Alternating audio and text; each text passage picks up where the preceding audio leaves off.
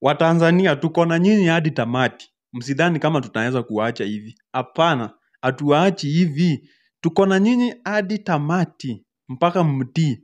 Ati mnaenda hapo parliament kutuzungumzia mkisema eti Kenya mmetushinda akili, mmetuacha sijui na nini. Akili gani?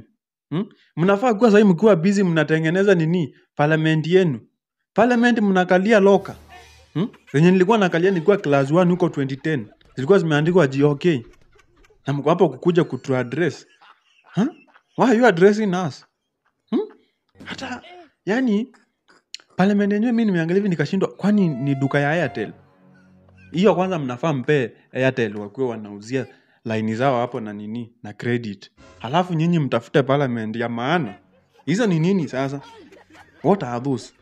Halafu tena ni hii mambo ya kubang nawaambia Watanzania ati sasa mnatushinda akili.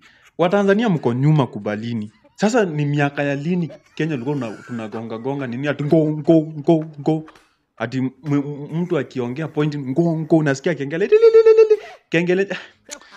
Hata nimechoka. Mimi naona vitu zingine tunachoka. I'm just getting tired for nothing. Anyway, aluta